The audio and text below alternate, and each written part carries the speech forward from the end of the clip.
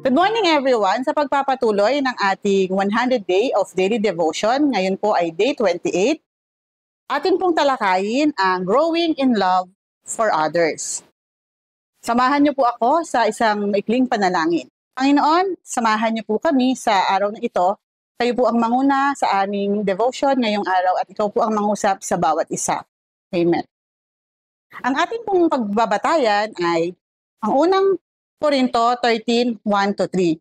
Sabi dito, if I have not love, I am nothing. Makikita po natin ang tatlong punto, i-share ko po sa inyo. Una, understanding the foundation of love.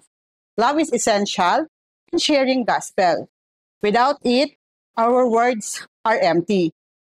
Sabi nga po sa atin, the foundation of love is God's love because He first loved us. Pangalawa po, demonstrating love in action.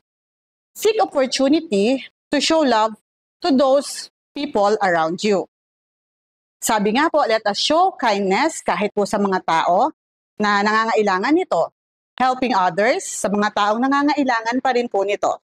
Share natin kung ano ang 5 language of love dahil tayo po ay nakaranas ng pagmamahal ng Diyos sa ating buhay. Pangatlo, sharing the good news with love.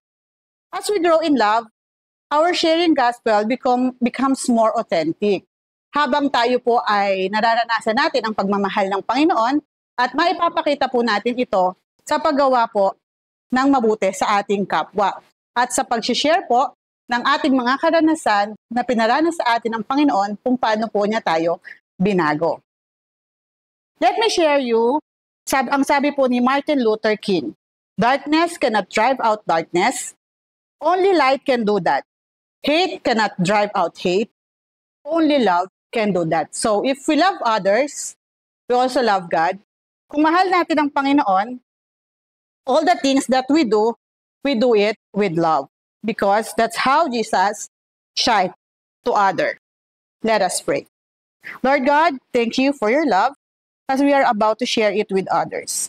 Teach us to show love in many ways. Let us share your word with love because you love us. In Jesus' name, Amen.